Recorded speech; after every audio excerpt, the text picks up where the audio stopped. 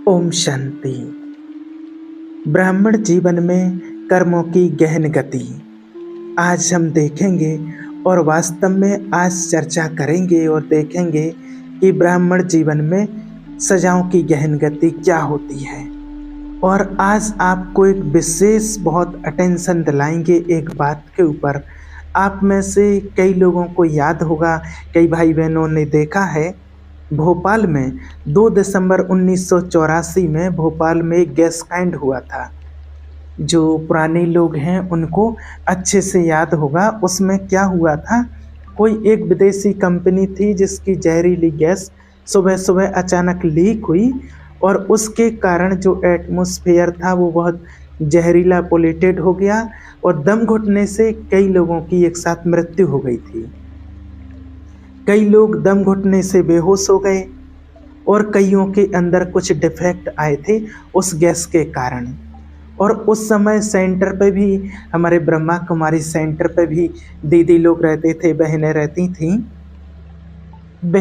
थीं। एक छाया दीदी थी उस टाइम। और तो छाया दीदी ने बाबा को कहा कि बाबा हमारा दम घुट रहा है सुबह सुबह, हम क्या करें बाबा। तो बाबा ने संकल्प दिया कि आप रजाई ओढ़ लो। तो जैसे हम जब बदबू आती है तो नाक के आगे रुमाल लगा लेते हैं तो ऑक्सीजन तो मिलती रहती पर बदबू नहीं आती। तो इसी तरह से रजाई ओढ़ने से उन्हें ऑक्सीजन तो मिलती रही लेकिन वो जहरीली गैस का असर उनके ऊपर नहीं हुआ, तो वो सुरक्षित रहीं। तो उसके बाद वो मधुबन गईं। तो उन दिनों उस टाइम पर मधुबन में ओम शांति भवन में बाबा आते थे। तो बहनों ने पूछा, क्लास भी वहीं होती थी, सब ने अपना अनुभव भी सुनाया। और 10 दिसंबर को अव्यक्त बाप दादा आए।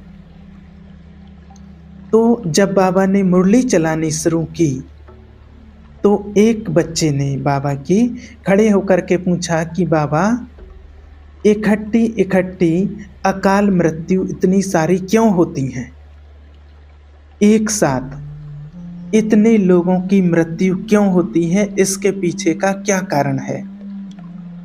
उसके बाद बाबा ने फिर वो पूरी मुरली कर्मों की गहन गति कहो या सजाओं की गहन गति कहो, उसी के ऊपर पूरी मुरली वो बाबा ने चलाई। तो आज जो वही आपको बताएंगे जो बाबा ने उस मुरली में बाबा ने बताया था, वो ही चर्चा करेंगे कि कर्मों की सजाओं की गहन गति क्या होती है। तो जब बाबा के उस बच्चे ने बाबा से पूछा कि बाबा जल्दी जल्दी जन्म, इकट्ठी इकट्ठी अकाल मृत्यु क्यों होती है, तो बाबा ने कहा कि सब आत्माओं के 63 जन्मों के जो पाप कर्म थे वो अंतिम जन्म में इतने कलेक्ट हो गए कि वो एक बड़ी सी गठरी बन गई। मानो हमने और इसके पहले जन्म में अगर 100 पाप किए हैं, अगले जन्म में हमने 100 को चुकतू नहीं किया, 10 और नए कर लिए, ऐसे पाप होते गए। अब 110 हो गए, अगले जन्म में हमने 50 और कर लिए। तो ये सिर्फ एक समझने के लिए उदाहरण है। मतलब हर जन्म में पाप बड़े ही हैं, घटे नहीं हैं। क्योंकि देह अभिमान बढ़ेगा तो पाप भी बढ़ेंगे। अब द्वापर की शुरू में जब पाप करना शुरू किए तो ये था कि भाई कोई बात नहीं, हो सकता अगले जन्म में व्यक्ति पाप चुकतू कर ले, क्योंकि अभी और आगे जन्म और है। लेकिन जब हम अंतिम जन्म में आते हैं तो प्रकृति को भी पता है, समय को भी पता है कि इसका अब और आगे जन्म नहीं है, ये अंतिम जन्म है। तो आखिरी जन्म में जितने भी लेनदार होते हैं वो सारे एक साथ आते हैं, हमारा चुकतू करो, जाने से पहले हमारा चुकतू करो। जैसे मान लीजिए किसी को कोई शहर छोड़ के जाना हो तो किराने वाला, भवन निर्माण वाला, फाइनेंस वाला, सारे माना जिस का जो देना होगा वो सारे एक साथ आएंगे, कहेंगे अरे भाई आप जा रहे हो, मेरा दे के जाना, आप मकान बेच रहे हो, हम ही खरीद लेंगे, मेरा लेके नहीं जाना। तो प्रकृति को, समय को, सबको पता है कि अब ये अंतिम समय है और ये आत्मा अब जाएगी। तो सारे एक साथ आते हैं कि हमारा चुकतू करो। तो इसलिए आप देख रहे हैं कि कलयुग में दुखों की भरमार है। एक आदमी देखो, उसके पाँव को भी फ्रैक्चर हो गया, उसका जो बेटा है वो सारे बैंक के पैसे निकाल करके भाग जाता है। दूसरे बेटे ने अपराध कर लिया, वो जेल में चला गया है। बीवी को अचानक कैंसर हो गया। बेटी को ससुराल वालों ने घर से निकाल दिया, वापस पियर घर भेज दिया। वो व्यक्ति कहता है कि हे भगवान, मेरे पर तो दुखों के पहाड़ गिर पड़े, किधर जाऊं किधर ना जाऊं, सारे दुख एक साथ। तो जो बचे हुए हिसाब किताब है ना, तो निमित्त तो कोई व्यक्ति बनता है, लेकिन बचे हुए कर्म एक साथ आते हैं। फिर एक बहन है, एक पियर में उसका पिता शराबी है, ससुराल में ससुर शराबी है, बच्चा बड़ा हुआ वो भी शराबी, अब किधर जाऊं। सोचने की बात। एक बुजुर्ग आदमी है, बेटा कहता है जमीन बेच दो, बहू कहती है खाना ही तब दूंगी जब जमीन बेच करके पैसे हाथ में दे दोगे। दूसरा बच्चा है वो बेरोजगार है। तीसरा बच्चा है उसको बचपन से ही शुगर है। वो कहता है क्या करूं, जाऊं तो किधर जाऊं, इधर जाऊं तो इधर समस्या, ऐसी समस्या। ऐसे देखे होंगे कई परिवार आप लोगों ने भी। तो अंत में जल्दी जल्दी हिसाब किताब चुकतू हो रहे हैं, बचे हुए सारे हिसाब किताब चुकतू हो रहे हैं। बाबा ने कहा हिसाब किताब चुकतू करने के बड़े से बड़े तरीके हैं, जल्दी जन्म और जल्दी मृत्यु। इससे हिसाब किताब जल्दी चुकतू होता है।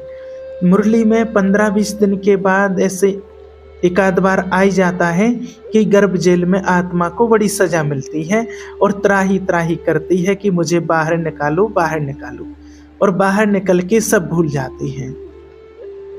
तो जन्म बड़ा कष्टकारी होता है, मृत्यु भी कष्टकारी होती है। बुजुर्ग आदमी को समय पे अगर कोई पानी नहीं देता है, दाल दलिया नहीं देता है, बिस्तर ठीक से नहीं करता है, कमरे की सफाई नहीं करता है, कोई मीठे दो बोल नहीं बोलता है, सुबह से लेकर के कैदियों की तरह कमरे में पड़ा हुआ रहता है, दिन गिनती करता, भगवान उठा ले भगवान उठा ले, भगवान उठाता भी नहीं है। भगवान कहता जब तक हिसाब किताब पूरा नहीं होगा वो उठाएगा भी नहीं। तो जन्म भी कष्टकारी, मृत्यु भी कष्टकारी। कईयों को आपने देखा होगा, कईयों को पैरालाइज हो जाता है, ब्रेन हेमरेज हो जाता है, मुंह खोल करके कुछ खिलाओ तो खा ही नहीं तो खा भी नहीं सकता। ऐसी कैसी कैसी दुनिया में बीमारियां हो जाती हैं। तो इस तरीके से आत्माओं के हिसाब किताब चुकतू हो रहे हैं। जल्दी जन्म, 8 साल का गया, 10 साल का गया, 12 साल का, 25 साल का, फिर जन्म लेगा, फिर गर्भ जेल में जा करके। अगर मान लो किसी व्यक्ति की 100 साल आयु हुई तो 100 साल में सिर्फ 2 ही बार कष्ट मिला, एक बार जन्मने का, एक बार मृत्यु का। लेकिन जिसको 100 साल में अगर 20 बार जन्म मिल गया तो कितनी बार उसको सजा मिली, 20 बार। तो कितने पाप उसके रहे होंगे, उसको लंबी आयु ही नहीं मिली। लंबी आयु मिलना भी एक वरदान है। इसलिए जब हम किसी से खुश होते हैं तो मुख से क्या निकलता है, जुग जुग जियो। कहते हैं ना कि मना भारत में सब आशीर्वाद देते हैं, 100 साल जियो, जुग जुग जियो। लेकिन अगर कोई दुख देता है, बच्चा ही दुख देता है, तो बड़ों के मुख से क्या निकल जाता है, क्या कहते हैं, इससे उल्टा ही निकल जाता है। तो जो शुभ शब्द बोलते हैं वो भी लगता है, और जो अपोजिट शब्द बोलते हैं वो भी लगता है। और आज के ज़माने में शुभ बुलवाने वाले बच्चे तो बहुत कम बचे हैं। तो इकट्ठी मृत्यु क्यों होती है? मान लीजिए कुछ लोग अगर किसी पाप कर्म में एक साथ हाथ डालते हैं, मान लीजिए उनके एक साथ कर्म से अगर कईयों की हिंसा होती है। उदाहरण के लिए अगर एक चीज मान ली जाए कि संसद में अगर जो सांसद हैं 500, 550, 600 जितने भी हों, और एक विधेयक आता है कि भाई जानवरों की हत्या होनी चाहिए कि नहीं। अब 200 लोग कहते हैं कि भारत अहिंसक देश है। मान लीजिए ये बौद्ध महावीर की भूमि है, करुणा का संदेश उन्होंने फैलाया है। हम तो कहते हैं चींटी को भी नहीं मारना चाहिए, इसलिए जानवरों की हत्या नहीं होनी चाहिए। बाकी जो 300 लोग हैं, जो 300 सांसद हैं, वो कहते हैं कि भाई होनी चाहिए, नहीं तो ये बहुत बढ़ जाएंगे।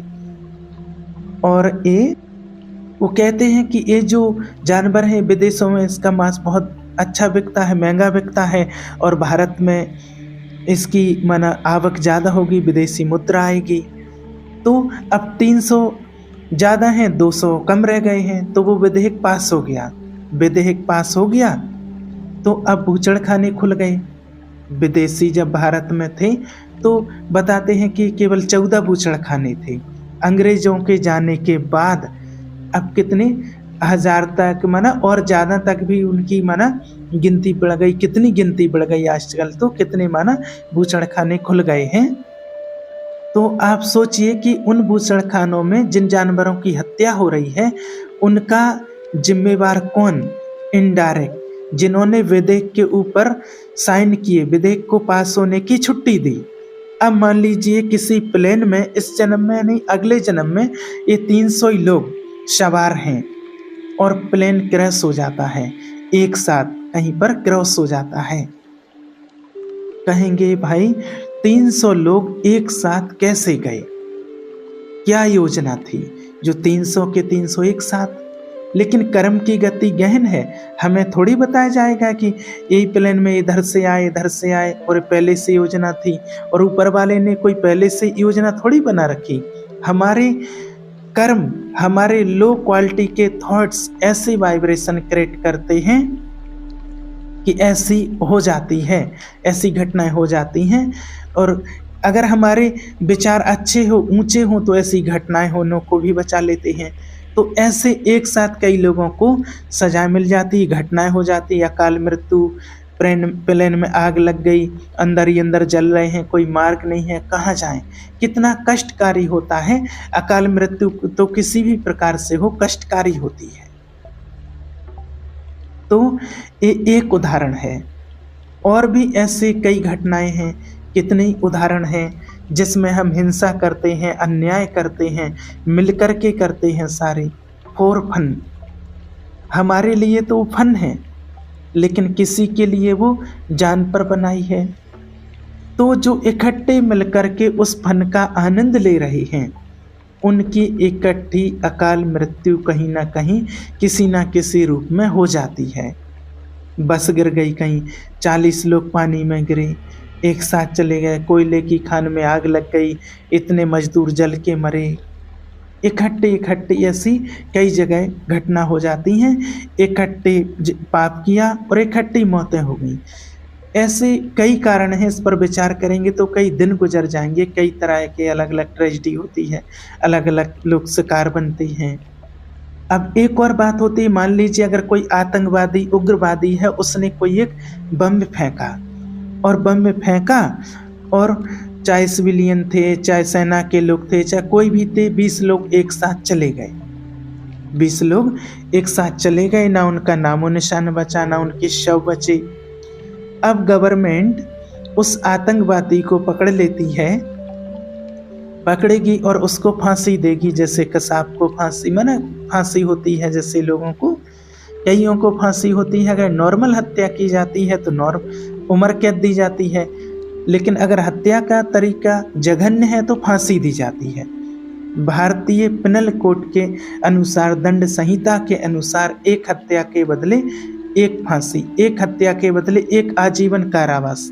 उसने तो 20 लोगों को मारा है, तो गवर्नमेंट ने मान लो उसको सजा दी, एक फांसी दी, और गवर्नमेंट के हिसाब से उसकी सजा पूरी हो गई। लेकिन जो सूक्ष्म गवर्नमेंट है उसके हिसाब से सजा पूरी नहीं हुई। अभी 19 हत्याओं का बदला बाकी है। ये बदला कौन लेता है? कोई व्यक्ति नहीं, कोई व्यक्ति नहीं लेता है। भाई किसने बदला लिया? यही तो कमाल की बात है। तो वो कर्म ही बदला लेता है। अब उन 19 हत्याओं का बदला कैसे होगा, उसका तरीका सूक्ष्म गवर्नमेंट के पास है। वो आत्मा किसी माँ के गर्भ में जाएगी, और बच्चा बन कर के धरती पर जन्म लेके आएगी, आँख खोलेगी और फिर उसकी आँखें बंद हो जाएंगी, मतलब उसको जीवन नहीं मिलेगा। हमारे घरों में बच्चे आते हैं कई बार और चले जाते हैं, तो घर के लोग बहुत दुखी होते हैं कि बच्चा आया और चला गया, तो भाई वो आपका था ही नहीं और चला गया। मेरा है सो कहते हैं ना, जाए नहीं, और जो चला गया सो मेरा नहीं। आपका होता तो रहता आपके साथ। तो ये कौन था? ये एक अपराधी था जो जेल भुगतने आया था। एक जेल गवर्नमेंट की है और एक जेल एक गर्भ जेल है। गवर्नमेंट वाली जेल से कड़ी जेल है गर्भ जेल। वो जेल एक ही जगह है और ये जेल तो घर घर में है, क्योंकि अपराधी इतने हैं। तो देखो, आंख खोली और फिर गया, फिर दूसरी जेल में गया। और कई बार ऐसा होता है कि जब वो अपराधी आत्मा जेल में है तो माँ भी बड़ी कष्ट में रहती है, 50,000 की दवाइयाँ खाती हैं, खा जाती, हाय हाय करती रहती हैं। 50,000 की दवाई खा गई, फिर भी बच्चा नहीं जिया। घर वाले कहते हैं कि हमारे को तो बड़ा धक्का लगा, हमारा तो बड़ा लॉस हो गया। अरे लॉस नहीं हुआ, फायदा हुआ, अच्छा हुआ कि वो ऐसी आत्मा गई, वो तुम्हारे अनुकूल ही नहीं थी, परंतु ज्ञान ना होने के कारण हम दुखी होते रहते हैं। भगवान ने बच्चा दिया और ले लिया, तो बाबा कहते हैं कि भगवान ने दिया और वो ले लिया तो रोते क्यों हो? लेकिन अटैचमेंट हो जाती है कि हमारे घर बच्चा आता है, बच्चा आएगा तो खुशी होगी, लेकिन वो चले गए। फिर कई लोगों के मन में सवाल आता है कि भाई उस माँ का क्या दोष? चलो बच्चा तो अपराधी था, आतंकवादी, दादी का क्या दोष? दादी तो हनुमान को प्रसाद बोल करके आई थी कि बच्चा आएगा तो मैं शवामणि लगाऊंगी। बुआ ने भी पता नहीं कितनी योजना बना रखी थी, कितने लोग खुशी मनाने के लिए नानी ने अलग से पोतड़े इकट्ठे कर रखे थे। उनका क्या दोष है भाई?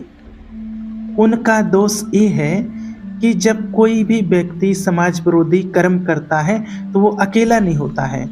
जैसे बम फेंकने वाले के कोई कपड़े तो धोता होगा, कोई खाना बना के देता होगा, कोई बम के लिए पैसे अरेंज करता होगा, कोई किसी मकान में उसको ठहराता होगा, पुलिस आती होगी तो कोई उसे छिपाता होगा। तो ये वो लोग जो उसके पाप कर्म में सहयोगी थे, पाप को भुगताने में भी यही सहयोगी बनेंगे, इस जन्म में या पिछले जन्म में। तो जो माँ बनी, पिता बने, दादी बनी, बुआ बनी, दादा बने, वो कहीं ना कहीं उसके कर्म भोग में सहयोगी थे। और क्योंकि जन्म तो कर्म तो चलते जन्म जन्म, और जन्म बदल जाते हैं तो फिर भूल जाते हैं कि क्या कर्म करके आए हैं। इसलिए हमें कर्मों को बहुत अच्छे से समझना है और हमें कर्मों की गति को सुधारना है, हमें अपने कर्मों को श्रेष्ठ बनाना है और हमें ऐसा कोई पाप कर्म नहीं करना है जो और हम सजा के भागीदारी बने। ओम शांति।